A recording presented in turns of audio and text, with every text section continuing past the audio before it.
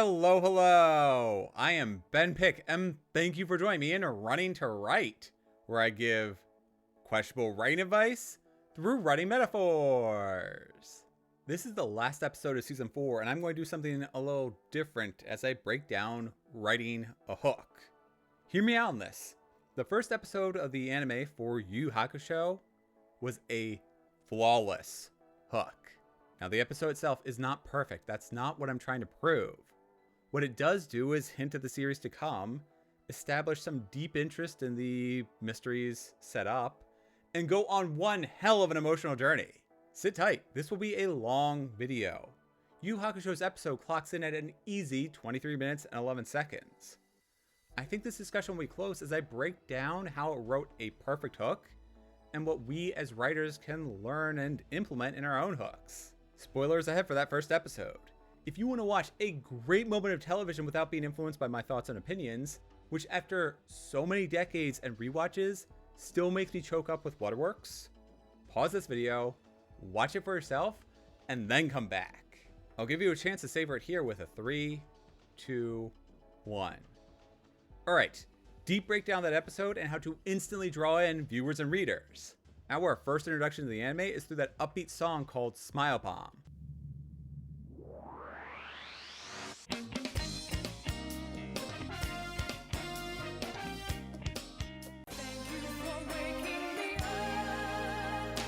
The Japanese version was sung by Momotaro Matsuko, and the English version was sung by Sarah White.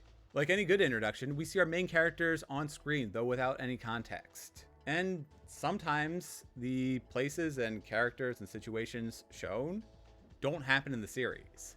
Still, this song puts me in a happy mindset. Backing up for a moment, the manga was written and created by Yoshiro Togashi, who you may also know from his arguably more famous Hunter x Hunter.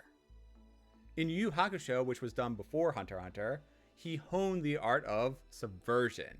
A second side note, the anime benefited considerably by learning from the manga. At first, the manga didn't know what it wanted to be. The main character went off on journeys that amounted to monster or challenges of the week for a long, relatively speaking, period. Then the plot takes off, and it certainly does! The first episode and arc in the anime largely streamlines those early manga chapters by ignoring them and skipping over them. The first few seconds of the anime establish a quiet city. There's a wide angle that slowly zooms in for a few seconds as we hear generic buzzing of people moving about their day, whether they're going to school or work or wherever. Screeching tires disrupt an otherwise calm and normal atmosphere. We see a teenager push a child out of their way. And bam! That teenager gets hit by a car! People react with worry, curiosity, and fear. The driver is freaking out and apologizing. This all flows smoothly to give us an idea of what's happening in less than 30 seconds. We meet our main protagonist, the teenager in the green jumpsuit, and they're floating upside down, dead. This is the first subversion of expectations. There's a voiceover to give us context that Yusuke, the floating teenager, is the hero of the story. But to quote the narration, oddly enough, he's dead. I think this narrating voice is one of the only few times that that's utilized in the series, and the other instance that I can remember is at the end of this episode. I can see why it was utilized here. It's a quick intro and then it's no longer needed as the story trusts itself to unfold naturally. Flash to the title screen of episode 1 called Surprised to be Dead. That drops us into the series along with Yusuke as he and we piece together what happened. The story pauses though to show us that the boy's fine. On the other hand, Yusuke displays his natural instincts by yelling at the EMTs lifting his body, which culminates in him trying to punch one of them. It goes about as well as you expect, and he passes right through them, showing us and him that he's a ghost. Upon realizing he's dead, Yusuke works backwards to show us what happened earlier in the day and discover more about him. Yusuke Urameshi is a delinquent. Immediately we get a sense of who he is as he picks fights, skips school, and is an all-around nuisance. As far as character designs, he feels plain. He's got slick back hair and he's smaller than those he's fighting. Physically, he doesn't really stand out from the other students at his school, aside from the fact that they're all wearing their normal blue uniforms, and he's wearing his green tracksuit. However, his personality is where he stands out. He is brash, he's abrasive. He acts and says things in a way intentionally to make people yell at him and react and justify his existence. Teachers are stern with him and outright plot against Yusuke. The only character who doesn't think he's worthless is his female friend Keiko. The first interaction we see between them is terrible, and it's extremely dated to the 80s and 90s, though even back then, it was inappropriate, in that Yusuke lifts up her skirt. She rightfully slaps him across the face, and this is the first moment we see someone getting a good hit on Yusuke. All that to say, Yusuke is a person who society looks down on and has the worst expectations for. But aha, we move on to a twist. While skipping school, Yusuke comes across a child playing with a ball. Given everything we know about Yusuke, we assume he's going to steal the ball or trip the little boy. Yusuke doesn't. He does yell at the kid for playing near the street, which causes the kid to cry. And then Yusuke makes funny faces to get the boy to laugh. This shows us the brave face Yusuke puts on may be a farce, and he does genuinely care about others. They're walking in the same direction, and Yusuke keeps an eye on the kid until the ball takes a bad bounce and the kid wanders into the street. After a day of getting into fights, threatening strangers, sexually harassing his friend, and in general being reprehensible, Yusuke dives into oncoming traffic to save a child. If we didn't already see this moment happen, we would have never predicted that Yusuke would act so selflessly and put his life on the line. It turns out the afterlife agrees. That's when we get another moment which defies expectations. The Grim Reaper arrives, and they look nothing like what we imagined them to be. So much so that Yusuke comments on this. The Grim Reaper is a blue-haired, smiling woman who is flying around on a paddle. Botan, the Grim Reaper, is funny, bureaucratic, charismatic, and upbeat. The episode is a series of defying expectations, leaving us ever more curious as to what will happen next. For starters, Botan tells Yusuke that without the commotion he caused, the car would have avoided the kid. Meaning Yusuke's death, the entire trigger for the series, was meaningless. In spite of all that, Yusuke only cares for the kid. They find him at the hospital and a doctor checks him out and says the kid is fine. With that in place, Yusuke states he can move on to whatever's next with no regrets. And he's fully prepared to go to hell. Yusuke is under no delusions about himself. Except the Grim Reaper is here to reveal that no one predicted Yusuke would sacrifice himself. Thus there's no room in the afterlife. He actually now has a chance to go through a trial to return to life. Counting expectations, he decides no. He assumes everyone who was giving him a hard time all day is better off now that he's dead, which is an incredibly grim outlook for someone to have. Botan tells him to wait and attend his wake, then make a decision. This is where the emotions run rampant. In this Huckleberry Finn moment, Yusuke learns exactly what everyone in his life genuinely thought about him. They can say anything they want and not hold back because they think Yusuke is no longer in their lives. The end result is that we get one heartbreaking moment after the next as we get hooked deeper and deeper into Yusuke's life. Keiko is distraught over Yusuke's death. Despite everything her friends are telling her, and despite her social status crumbling by publicly approving Yusuke, she is at his wake, crying. Keiko's surprising action planted the seed of Yusuke changing his mind. Kuwabara, one of the people Yusuke regularly beat up, is crying, crashing Yusuke's wake because he only measured himself based on fighting Yusuke. With Yusuke dead, Kuwabara's life is empty. The music toys with our emotions too, telling us we should feel the same as Kuwabara. You're supposed to be here for me. Come on, Kuwabara. Let's go. Sorry about all that. No! No! These melancholy tones are the emotional heartbeat of the series, playing whenever the characters are at their lowest and they need to rally. As expected, we see two teachers badmouthing Yusuke at his own wake. Yusuke is getting more and more upset. He reaches his hand forward, wishing he could do something. Except he's a ghost and transparent. In this case, harmless. A physical hand reaches for those teachers, mirroring Yusuke's own actions, and he grabs them by the cuff of their jackets. It's the principal of Yusuke's school, and he admonishes those teachers for how they're behaving. The principal moves on to pay his respects to Yusuke and Yusuke's mother. This is where we learn that no matter how Yusuke acted, the principal always wanted what was best for him. He is genuinely hurt that Yusuke's life was cut short. Not going to lie, I teared up a little at the principal's confession that he wished Yusuke had stayed in school and they had tea and conversation together. This episode's hooks dig deeper and deeper as it emotionally resonates with me from the buildup of each progressive person wishing they had more time with Yusuke. That is something so human in it that this hook is working perfectly for me. This is fantastic writing here in such a small amount of space. Society had given up on Yusuke, but the principal didn't. That's why he kept pushing Yusuke to be better.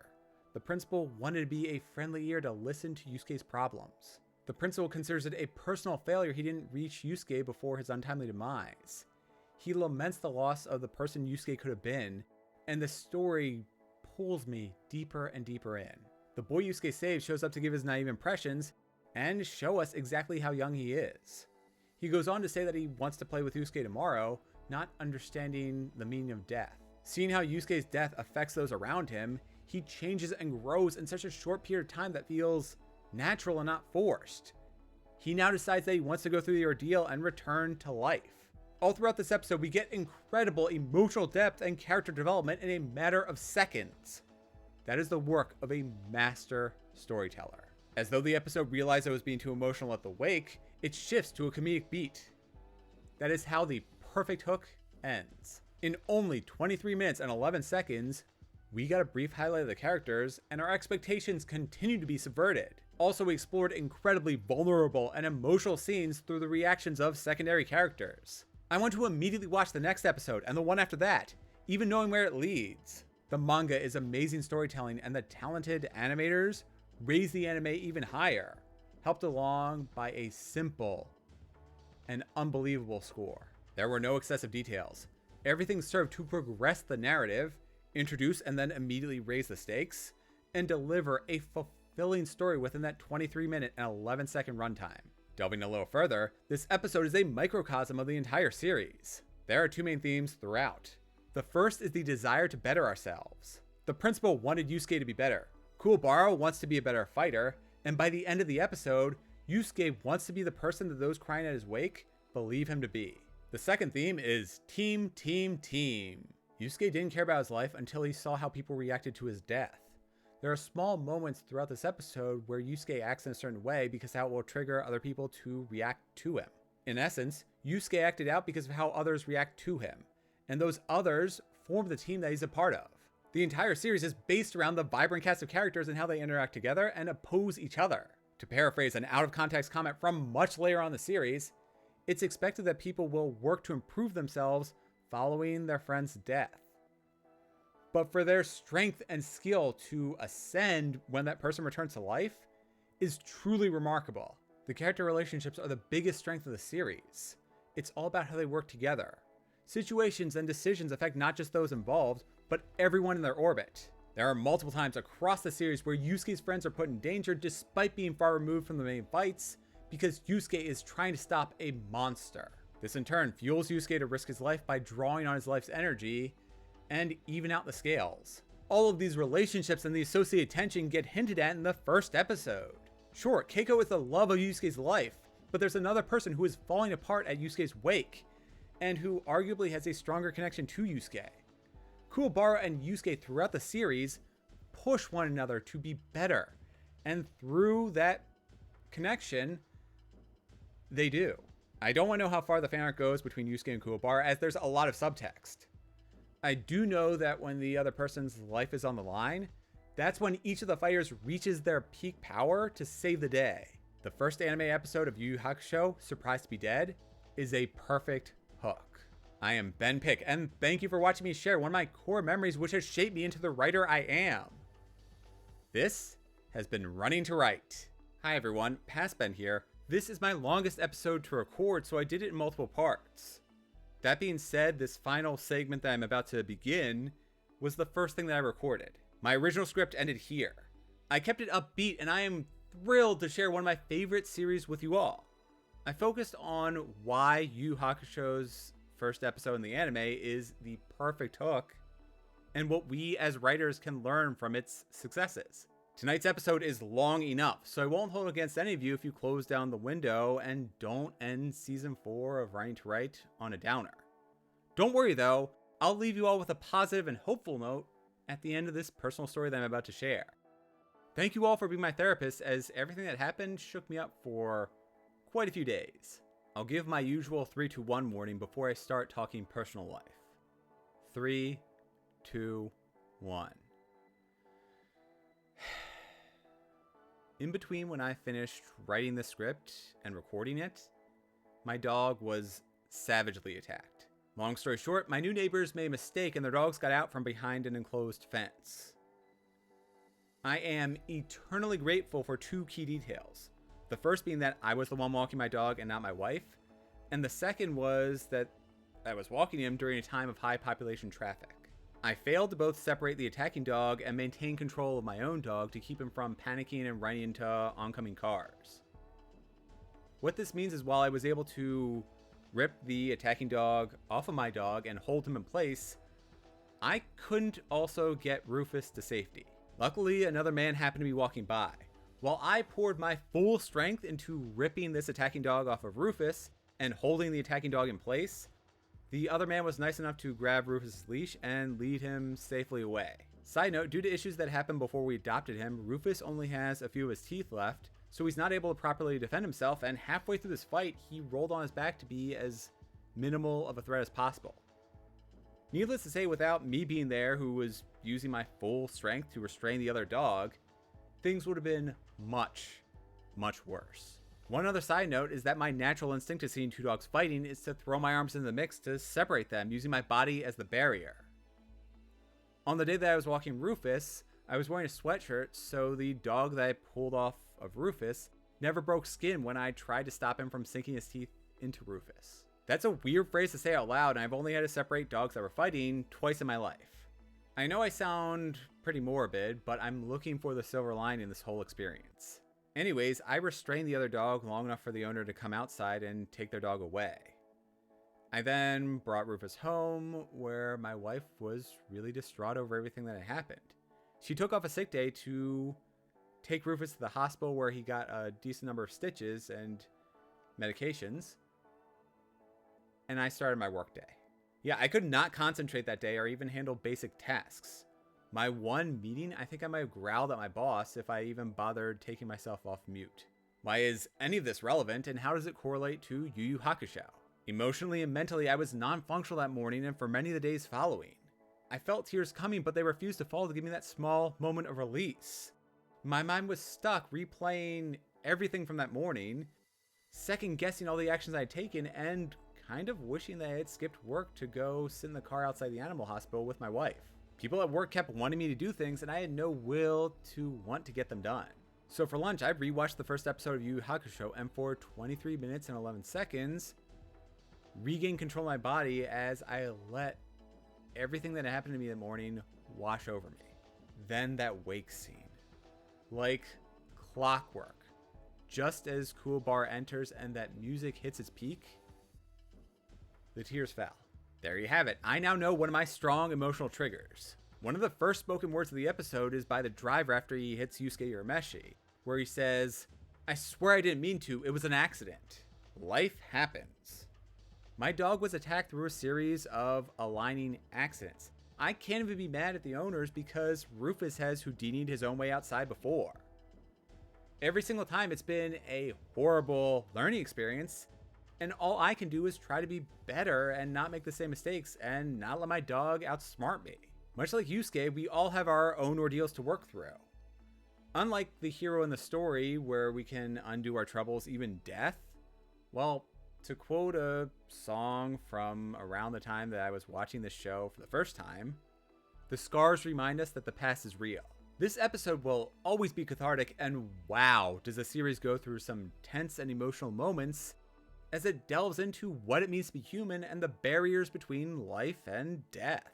I'm about 2 weeks removed from the incident as I'm recording this. Rufus is fine. We're more alert when we're walking by the house and tend to take a different route when we're going on his walks. The morning after he was attacked, Rufus was ready to go for his walk. I wasn't in the best mental place because of everything that had happened, but we came across a neighborhood dog that Rufus frequently plays with. I was thrilled to see how my dog was already ready to play with someone else, and it really brightened my day. Also, Yoshiro Togashi, the creator of Yu Yu Hakusho, suffered mentally and physically from the burdens of writing this weekly manga. I wanted to devote an entire future episode to the importance of maintaining our mental health, but it pains me to know how one of my favorite series negatively impacted its creator. and that the series was cut short due to those health impacts. TLDR, the series wraps up all its plot lines, but the final arc can best be described in one word: rushed.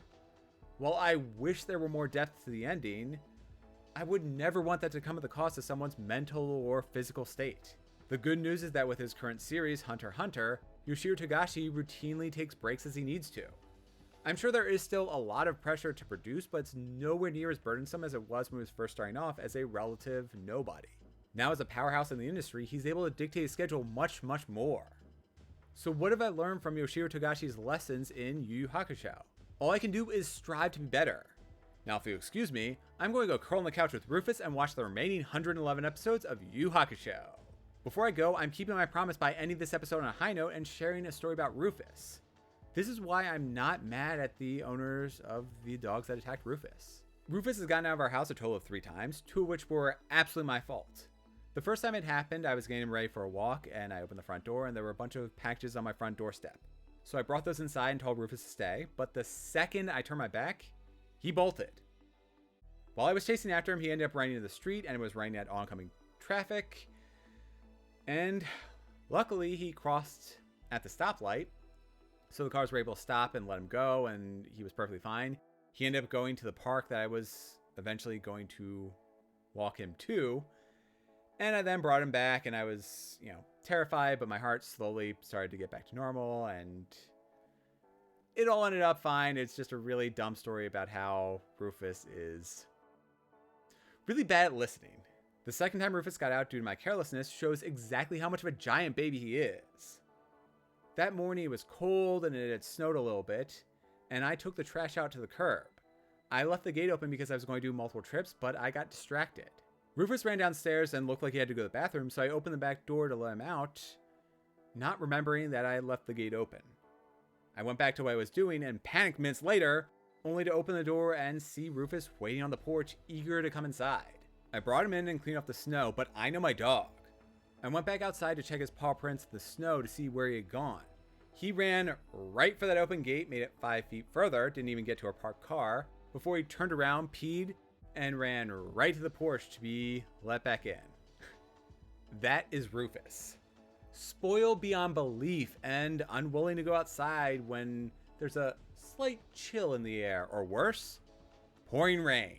My dumb, lovable, brilliant dog had a chance at the freedom he seems to crave, yet didn't take it because it was too cold outside.